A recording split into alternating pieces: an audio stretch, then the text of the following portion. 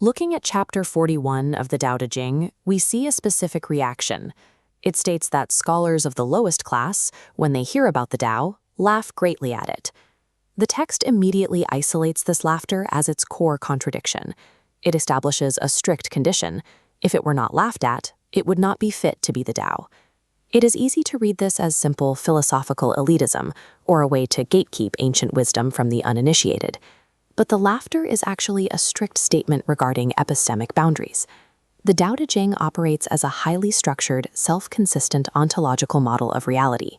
Human cognition has structural limitations.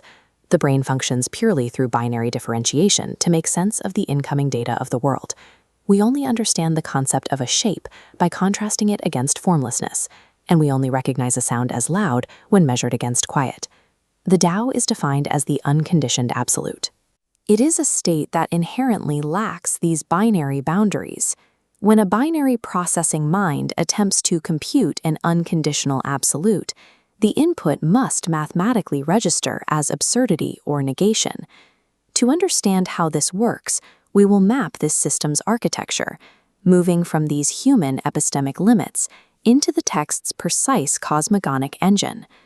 The laugh of the lowest scholar is a systemic error code. It is exactly what happens when a conditioned mind attempts to parse unconditioned reality. Chapter 41 utilizes a specific methodology for defining the undefinable, built entirely on structural linguistic pairings. This maps our baseline of conventional values: bright, advance, and great. Beside them, the text provides the Taoist counterstates: dark, retreat, and without. The relationship between these two columns is a direct mathematical inversion. Instead of adding ultimate superlatives, this function systematically strips away positive human attributes. The structural logic here is strict.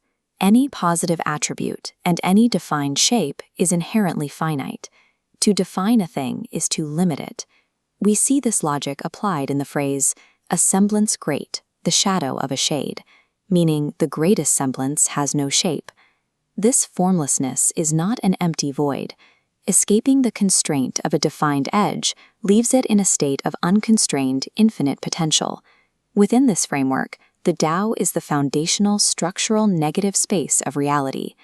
Linguistic paradox is not poetic wordplay. It is the only logically valid syntax to map the negative space that allows all physical forms to exist. Moving to Chapter 42, we ask how this abstract negative space mechanically generates complex reality. The text provides an exact cosmogonic sequence. The Tao produced 1, 1 produced 2, 2 produced 3. In this phase space visualization, the model begins with a vast, featureless void space. During the first phase transition, a singular concentrated node emerges, representing primordial unity or qi. A singular point cannot interact, relate, or generate complexity. The second transition resolves this. The singular node bifurcates into two distinct interacting vectors, introducing yin and yang. At this stage, reality becomes fundamentally relational. Forms exist purely as differentials between these opposing forces. Without a mediating force, unyielding opposites will lock into gridlock. To break this, a critical third variable emerges, exactly in the negative space between the two vectors. The text defines this complex term as chongqi, which translates to the breath of vacancy. Chongqi harmonizes the opposing vectors so they do not stall. With the system stabilized, the central field rapidly generates a manifold of infinite data points cascading outward. These are the all things. In this system, complexity does not arise from linear addition. It scales through continuous dialectical synthesis. The Tao's engine generates the universe not by manufacturing discrete objects, but by engineering the stabilizing negative space that forces opposing vectors into productive interaction.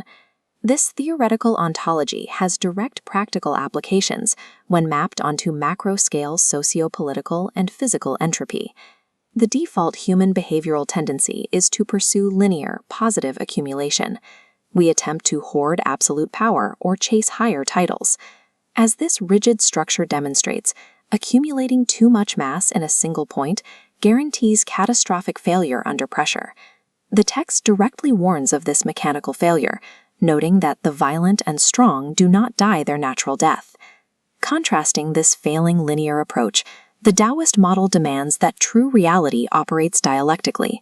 This provides a socio-political counter-strategy. The text observes that kings and princes deliberately designate themselves with terms like orphans or those lacking virtue. These leaders are intentionally adopting the position of negative space. By lowering their own mass, they maintain systemic equilibrium. This topological model illustrates the mechanics of negative accumulation. A deep basin acts as a localized void, continuously drawing in and circulating flowing resources without overflowing. This is a paradoxical rule governing the system. Some things are increased by being diminished, and others are diminished by being increased. Attempting to force constant positive accumulation creates immense friction against the fundamental dialectic of reality, guaranteeing early collapse. The most efficient way to control a complex system is to hold the empty center. The Tao is the ultimate paradox to the human mind, precisely because it is the ultimate structural reality. It masters the entirety of the manifold, not by competing within it, but by remaining the unassailable, empty ground that governs it all.